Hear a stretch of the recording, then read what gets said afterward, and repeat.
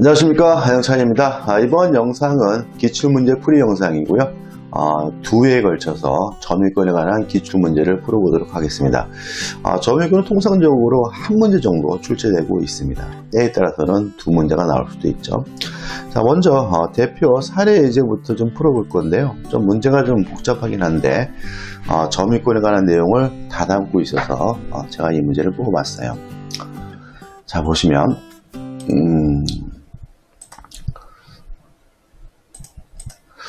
을은 갑소유 미등기 가송과 가옥 및 창고를 관리하여오던 중 병에게 이를 자기 것이라 속이고 2000년 4월 1일 매각하였다까지 끊어볼게요. 자, 이게 좀 사실 사례 분석을 좀 해야 되는데, 지금 요 가송과 가옥 및 창고는 갑의 소유죠. 근데 을이 속여가지고 병에게 이거를 팔았어요. 그럼 병이 점유를 취득하게 된 원인은 매매니까 이 사람의 점유는 자주점유임을 알 수 있죠. 자주점유까지 알 수 있고. 자, 계속 볼게요. 을의 소유로 믿은 병은이죠. 그러면 을의 소유를 믿었다는 말은 지금 갑의 소유라는 사실을 몰랐으니까 병은 자주고 선의의 점유자인 거죠. 그죠? 자, 좀 문제가 좀 복잡합니다. 병은 2000년, 2001년, 2002년 가을에 사과를 수확하였다까지 또 끊어볼게요. 좀 복잡하죠. 이렇게는 출제되지 않습니다, 여러분들. 자, 2000년 가을에 사과를 수확했고, 2001년 가을에 사과를 수확했고, 그 다음에 2002년 가을에 사과를 수확했죠.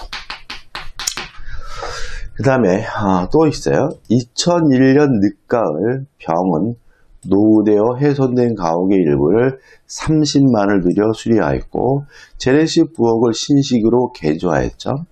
자, 그럼 이 사람은 2001년 늦가을이죠. 늦가을에 뭘 했냐면 수리했다, 필요비를 지출했고, 그 다음에 노후된 부엌을 신식으로 개조했다, 유익비를 지출했다는 사실을 우리가 알 수 있죠. 그 다음에 2002년 1월 어느 날 병이 창고에서 작업하던 중 실수로 창고가 일부가 불타버렸죠. 그 다음에 일부가 멸실된 거예요. 그죠? 2002년 1월입니다. 요 사이겠네. 그죠? 1월에 일부를 멸실을 시켰네요. 물론 자신의 과실로 일부가 멸실됐죠. 그 다음에 또 있어요. 또 있고, 뒤늦게 이러한 사실한 갑은 2000년 4월 1일 병을 상대로 소유권에 기한 반환 선고 소송을 제기하였고 2003년 4월 1일 갑이 승소 판결을 받았죠.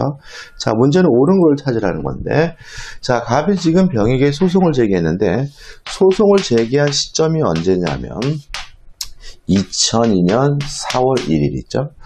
그 다음에 갑이 승소했죠. 점유자인 병이 패소 판결을 받은 시점은 언제냐면 2003년 4월 1일 패소 판결을 받았음을 알 수가 있죠. 자, 먼저 좀 여기서 좀 보자고요. 자, 일단 이 사람은 선의 점유자이기 때문에 과실을 수취할 수 있습니다. 자, 근데 문제는 뭐냐면 점유자가 본권에 가는 소에서 패소하면 이 사람은 선의에서 악의로 바뀌는데 언제부터요? 소재기 시부터 선의에서 악의로 바뀌거든요. 따라서 이 사람은 2002년 4월 1일부터 악입니다. 따라서 2002년 가을의 사과는 수확할 수가 없는 거죠. 그죠? 그러면 2000년 가을의 사과, 2001년 가을의 사과는 수확한 것을 가질 수는 있지만 2002년 가을의 사과는 가질 수 없다. 왜냐하면 본권에 관한 소에서 패소하면 점유자는 소재기 시부터 악의 점유자가 되니까요. 그 다음에 2002년 1월에 일부 멸실됐죠. 자, 그러면 책임을 져야 되는데 선의이고 거기다가 자주면 현존하는 이익 범위 내에서만 책임을 지고요. 악이거나 또는 타주면 전부거든요. 근데 이 사람은 선이고 자주니까 이 사람은 일부 멸실에 대해서 현존하는 이익 범위 내에서만 책임을 져면 돼요. 그 다음에 필요비 유익비죠. 자, 우리가 점유자는 선악 불문하고 필요비도 청구할 수 있고 유익비도 청구할 수가 있습니다. 근데 조심할 것은 이 필요비의 경우에는 과실을 수취한 경우에는 통상의 필요비를 뭐하지 못해요? 청구하지 못해요. 따라서 이 사람은 2001년 가을에 사과를 수확했다 과실을 수취했기 때문에 이 2001년 늦가을의 필요비는 뭐하지 못해요? 청구하지 못하고요.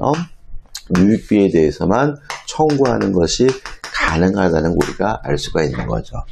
자, 요게 사례가 복잡하지만 그래도 제가 선택한 이유는 점유자와 회복제에 관한 모든 문제를 다 담고 있기 때문에 선택을 했고요. 이렇게 출제되진 않으니까 너무 긴장하진 않으셔도 돼요. 정보를 취하면 되는 거죠. 자, 지문을 보죠. 갑은 병에게 민법 202조에 의하여 창고로 소실로 인한 모든 손해의 배상을 청구할 수 있다. X다. 왜냐하면 선이고 자주이기 때문에 병은 갑에게 현존하는 이익 범위 내에서만 책임을 지면 되니까 모든 손해 X죠. 2번 병은 그가 수확한 모든 사과를 수취할 권리가 있다. X죠. 왜냐하면 2002년도 가을의 사과는 수취할 수 없다. 왜냐하면 본권에 관한 소에서 패소하게 되면 소재기 시부터 악의 점유자가 되니까요. 3번 부업 계주에 인한 가업가액의 증가가 현존한 경우, 자, 이 사람은 유익비는 청구할 수 있거든요. 근데 유익비는 가액의 증가가 현존한 경우에는 지출 금액이나 증가액을 청구할 수가 있습니다. 물론 지출 금액이나 증가액 중 어느 것을 선택해서 지급할 것인지는 회복자인 갑이 선택하거든요. 따라서 점유자인 병의 선택에 따라 그 지출 금액이나 증가액을 갑이 지불해야 된다는 질문도 X가 되는 거죠. 4번 위 3의 경우 만약 병이 악이라면 그 비용의 상한을 청구할 수 없다. X입니다. 필요비든 유익비든 선악불문하고 청구할 수가 있기 때문에 악이면 청구할 수 없다는 질문은 X가 되는 거죠. 5번 병은 2001년 늦가을 가옥을 수리한 비용에 대하여 갑에게 그 상한을 청구할 수 없다. 맞죠? 자, 필요비도 선악불문하고 청구할 수 있지만 과실을 수취한 경우에는 통상의 필요비를 청구하지 못하기 때문에 5번이 맞는 질문이고 5번이 답이죠. 조금 문제가 복잡하지만 제가 걱정스러워 드린 말씀인데 한번 꼼꼼히 보셔서 내 것으로 만드시기 바랍니다. 자, 이제 기출문제를 풀어보죠. 1번 점유에 관한 설명으로 틀린 것은이죠. 1번 선의 점유자가 얻은 건물의 사용이익은 과실에 준하여 취급한다. 맞는 지문입니다. 자, 우리가 과실이라는 것은 불로소득이에요. 노력을 기울이지도 않고 얻게 되는 이득들을 말하는데 천연과실과 법정과실이 있거든요. 천연과실, 사과나무의 사과 뭐 이런 거죠. 법정과실은 이자, 차임, 지료를 말하거든요. 따라서 차임과 지료가 과실이니까 건물의 사용이익도 과실에 준하여 취급하는 거죠. 2번 건물 소유의 목적으로 타인의 토지를 임차한 자의 토지 점유는 타주 점유이다. 자, 자주인지 타주인지 여부는 객관적 외형적으로 결정합니다. 그 사람이 속으로 무슨 생각을 하고 있는지는 고려하지 않아요. 자, 대표 사례 문제에서처럼 매매를 원인으로 점유를 개시했다면 자주점이고, 만약에 임대를 원인으로 점유를 했다면 그 사람의 점유는 타주점이니까 2번은 맞는 질문이죠. 3번 점유물이 멸실 회수된 경우 선의의 타주점유자는 현존이익 한도 내에서 배상 책임을 진다. X입니다. 자, 선이이고 자주점유해야 돼요.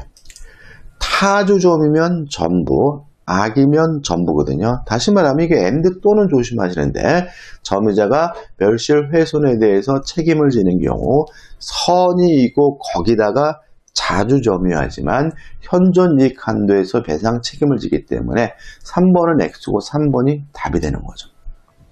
4번, 선의 점유자라도 본권에 관한 소유에서 패소했어요. 언제부터요?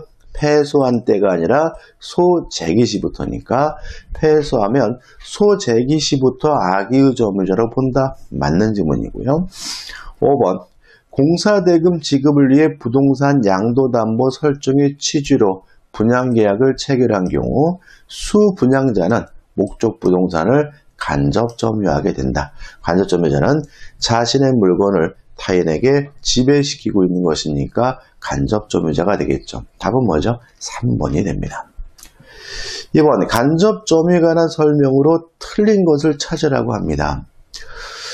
1번, 자, 우리가 항상 조심할 것은 뭐냐면 간접 점유라는 것은 자신의 물건을 타인에게 지배시키고 있는 거죠. 다시 말하면 자신의 물건을 타인에게 지배시키고 있기 때문에 사실상 지배를 하지 않는데도 불구하고 점유권이 인정되는 경우 우리가 간접 점유자라고 해요. 자, 우리는 꼭 기억할 것은 점유는 항상 직간접을 불문한다는 거죠. 따라서 우리가 공부하면서 점유자이어야 한다라고 나오는 것은 다 뭐예요? 직간접을 불문해요. 자, 물권적 청구권의 상대방은 점유자여야 됩니다.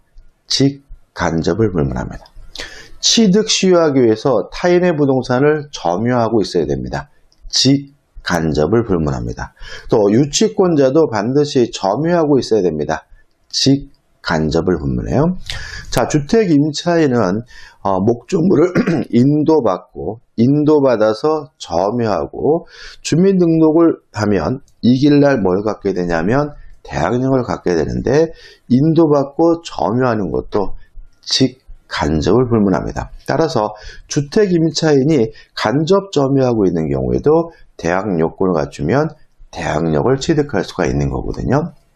따라서 1번, 주택임대차보호법상 대항 요건인 인도는 점유는 임차인이 주택의 간접 점유를 취득한 경우에도 인정될 수 있다. 맞는 지문이고, 앞으로 우리는 점유하고 있어야 된다는 말은 항상 뭐죠?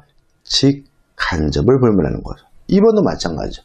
점유 취득 시효의 기초인 점유는 간접 점유도 포함된다. 오, 맞는 지문이죠. 자, 3번입니다.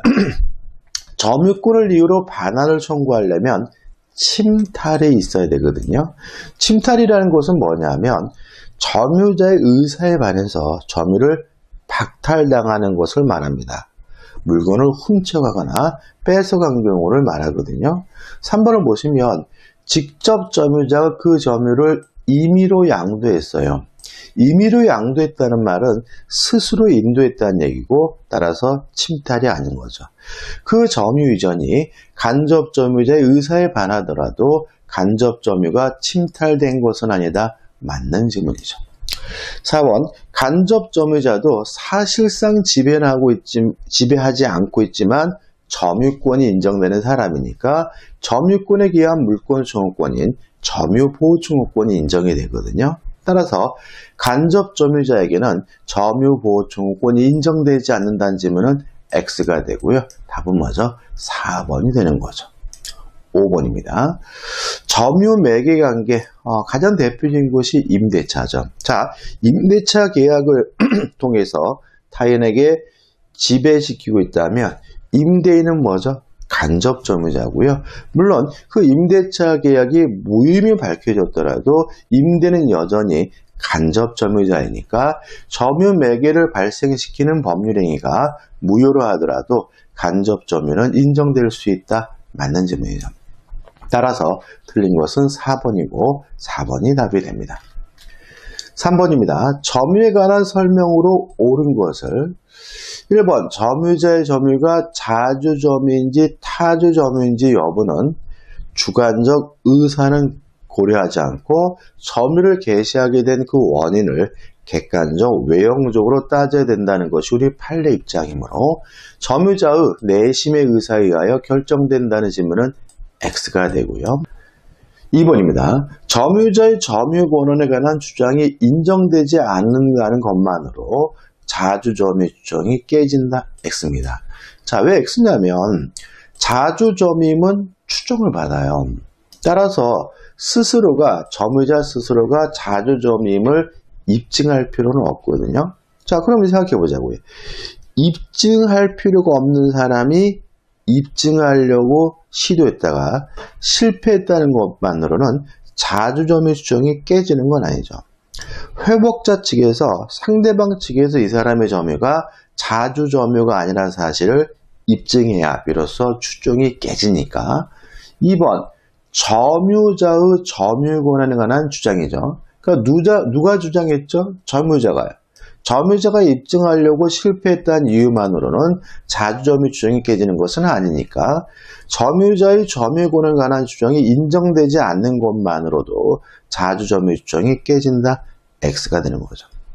3번 점유물이 멸실 훼손된 경우 선의의 타주점유자는 또 나왔네요. 이익이 현존하는 한도에서 책임을 부담하려면 점유자는 선의이고 거기다가 자주점유자여야 되거든요. 따라서 선의의 타주점유자는 전부를 책임을 져야 되니까 선의의 타주점유자는 이익이 현존하는 한도 내에서 회복자에게 배상 책임을 진다.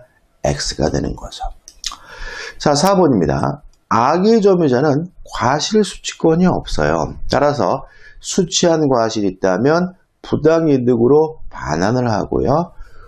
과실로 수취하지 못했다면 대가를 회복자에게 보상해야 돼요. 다시 말하면 과실을 수취하지 못했다는 이유로 대가를 회복자에게 보상을 해야 되는 경우는 수취하지 못한 것에 대해서 점유자에게 과실이 있어야 되거든요. 따라서 악의 점유자는 과실 없이 과실을 수취하지 못했어요. 그럼 이 사람은 악이어서 과실 수취권이 없긴 하지만 과실을 수취하지 못한 것에 대해서 뭐가 없습니까? 과실이 없으니까 그 과실에 대해서 대가를 보상할 필요가 없고요. 따라서 그 과실의 대가를 회복자에게 보상하여야 한다는 질문은 X가 되는 거죠. 5번 점유자의 특정 승계인이 자기의 점유와 전 점유자의 점유를 아울러 주장하는 경우 이런 얘기거든요. 예를 들어 가지고 갑이라는 사람이 15년을 점유했고요. 을이 그것을 승계받아서 갑이라는 사람이 15년을 점유했고요. 을이 그것을 승계받아서 추가로 5년을 점유했어요. 근데 만약에 을의 점유는 선이고 갑의 점유는 악이었다라고 가정을 해볼게요. 이때 을에게 원칙적으로 선택권이 인정이 됩니다. 자신만의 점유 5년을 주장하는 것도 가능하고요. 아니면 앞사람의 점유와 합산해서 20년을 주장하는 것도 가능합니다. 다만 합산해서 주장하게 되는 경우에는 하자가 승계가 되기 때문에 이때는 악의 20년이 되는 거죠. 따라서 을에게는 선의 5년을 주장하거나 악의 20년을 주장하거나 선택권이 주어지게 되고 이유는 합산해서 점유를 주장하게 되면 앞점유제 하자가 뭐가 되냐면 승계가 되기 때문에 그래요. 따라서 5번을 하시면 점유자의 특정 승계인이 자기의 점유와 전 점유자의 점유를 아울러 주장하는 경우죠. 그 하자도 승계한다. 맞는 지문이고요. 이 문제의 답은 몇 번이 되는 거죠? 5번이 되네요. 자, 4번입니다. 점유에 관한 설명으로 틀린 거죠. 1번 점유권에 기인한 손은 본권에 관한 이유로 재판할 수 있다. X입니다. 답은 1번이네요. 자, 우리가 점유권과 본권, 소유권은 별개의 권리입니다. 따라서 점유권을 이유로 소송이 제기되면 판사는 점유권만 가지고 재판을 해야 되고요. 본권, 소유권은 고려하면 안 된다고 민법에 명문으로 규정하고 있기 때문에 1번 점유권에 기인한 손은 본권에 관한 이유로 재판할 수 있다는 질문은 X가 되고요. 답은 1번이 되는 거죠. 2번 점유자는 소유의 의사로 선의, 평온 및 공연하게 점유한 것으로 추정한다. 맞는 지문이고요. 여기서 2번과 같은 지문이 나오면 항상 무과실이 들어있는지 없는지를 확인하셔야죠. 자, 점유자는 자주점유, 소유의 의사, 선의, 평온, 공용까지는 추정이 돼요. 무과실은 추정되지 않는다는 거 꼭 기억해 두셔야 되고요. 3번 전후 양시에 점유한 사실이 있는 때에는 그 점유는 계속한 것으로 추정한다. 맞는 지문이죠. 5번 점유자가 점유물에 대하여 행사하는 권리, 이 권리는 일반적으로 소유권이겠죠. 자, 제가 지금 이 안경을 쓰고 있다면 여러분들은 저는 이 안경이 저 인간 거구나라고 생각하겠죠. 다시 말하면 점유자는 그 물건을 점유하고 있으므로 소유자임을 추정을 받아요. 그래서 다시 한번 보시면 점유자가 점유물에 대하여 행사하는 권리는 적법하게 보유한 것으로 추정한다. 맞는 지문이고요. 항상 조심할 것은 이 점유물, 점유하고 있다는 이유로 적법한 권리자, 소유자임을 추정받는 것은 동사나 난다. 부동산의 경우에는 등기하고 있는 사람이 소유자로 추정받는다는 거 조심하셔야 되겠죠. 5번 전세권, 임대차, 기타의 관계로 타인으로 하여금 물건을 점유하게 한 자, 자신의 물건을 타인에게 사실상 지배시키고 있는 자는 우리가 간접 점유자라고 하니까 전세권, 임대차, 기타 관계로 타인으로 하여금 물건을 점유하게 한 자는 간접으로 점유권이 있다. 맞는 지문이죠. 따라서 틀린 지문은 1번이고 1번이 답이 됩니다. 자, 5번입니다. 민법상 점유에 관한 설명으로 틀린 것은 1번 점유자는 평온, 공연하게 점유한 것으로 추정한다. 맞죠? 무과실은 추정되지 않는다는 거 조심하시고요. 2번 매매 계약을 원인으로 토지를 소유자로 등기한 자는 통상 이전 등기한 때 그 토지를 인도받아 점유한 것으로 보아야 한다. 틀린 지문은 아니겠죠.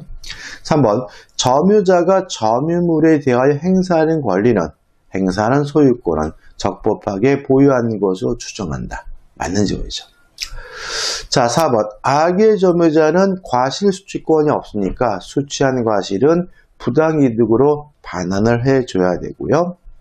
만약에 과실을 수취하지 못했다면 그 대가를 보상해야 되거든요. 근데 문제는 그의 잘못 없이 이렇게 나왔잖아요. 그러면 이 악의 점유자에게 과실이 없다는 얘기고, 과실이 없다면 수취하지 못했더라도 대가를 변상할 필요가 없으므로 그의 잘못 없이 과실을 훼손 또는 수취하지 못한 때에도 그 과실의 대가를 보상해야 한다. X가 되고요. 답은 3번이 되는 거죠. 5번 점유자의 특정 승계는 자기 점유와 전 점유자의 점유를 아울러 주장할 수 있다. 맞는 지문이고, 아울러 합산해서 주장하게 되면 하자가 승계된다는 것도 주의하셔야 되겠죠. 틀린 것은 4번이고 4번이 답입니다. 6번입니다. 점유에 관한 설명으로 옳은 것을 찾으라고 하네요. 1번 점유 매개 관계 하면 뭐가 떠오르시나요? 임대차. 임차인의 점유는 타주 점유니까 점유 매개 관계의 직접 점유자는 타주 점유자이다. 맞는 지문이고요. 답은 1번이네요. 쉽죠, 여러분들? 2번 점유자는 소유의 의사로 과실 없이 점유한 것으로 추정된다. X. 소유의 의사, 자주점유는 추정되지만 무과실은 추정되지 않습니다. 3번 갑이 을로부터 임차한 건물을 을의 동의 없이 병에게 전대했어요. 동의를 받았든 어떻든 간에 전대가 이루어졌다면 이제 갑은 간접 점유자가 되는 거죠. 따라서 을만이 간접 점유자이다. X죠. 다시 말하면 이 소유자인 을도 간접 점유자고 전대인인 갑도 뭐가 돼요? 간접 점유자가 되는 거죠. 따라서 을만이 간접 점유자이다. X가 되는 거죠. 4번 갑이 을과의 명의신탁 약정에 따라 자신의 부동산의 소유권을 을명의로 등기한 경우, 그러면 을은 명의수탁자고요. 명의수탁자의 점유는 타주점이기 때문에 을의 점유는 자주점유이다. X가 되는 거죠. 자, 5번을 보십시오. 자, 토주를 매수받아 인도받았어요. 그럼 이 사람의 점유는 자주점유입니다. 근데 만약에 요 매매 목적물이 타인 소유물이에요. 그래도 일단은 자주점인데 타인 소유물임을 알았다면 매수했더라도 이 사람의 점유는 자주가 아니라 타주거든요. 그럼 5번 보시면 실제 면적이 등기된 면적을 상당히 초과했어요. 많이 초과했어요. 그럼 이 사람은 매수했더라도 초과됐다. 타인의 토지임을 알고 있었다고 봄이 상당하기 때문에 이 사람의 점유는 자주가 아니라 타주라는 것이 우리 판례입장입니다. 다시 한번요. 자, 매매 계약을 통해서 점유했습니다. 자주점유입니다. 매매 목적물이 타인 소유물이어도 자주점유입니다. 근데 타인 소유물임을 알았다면 매도인 소유가 아니라 타인 소유물임을 알았다면 그 사람의 점유는 자주가 아니라 타주입니다. 자, 등기된 면적을 그냥 초과된 것이 아니라 상당히 초과됐죠. 그래서 우리 판례에 따른다면 상당히 초과됐다면 그것이 매도인 소유가 아니라 남의 땅임을 충분히 알 수 있다라고 봐야 되니까 상당히 초과된 경우 이 사람의 점유는 자주가 아니라 타주라는 것이 우리 판례 입장입니다. 5번 다시 한번 읽어볼까요? 실제 면적이 등기된 면적을 상당히 초과하는 토지를 매수하여 인도받은 때에는 특별한 사정이 없으면 초과 부분의 점유는 자주점유이다. X가 되는 거죠. 따라서 이 문제 옳은 것은 1번이고 1번이 답이 되는 거죠. 자, 이번 영상은 여기까지입니다. 나머지 점유권에 관한 기출문제는 다음 영상에서 풀어보도록 하겠습니다. 여러분들 고맙습니다.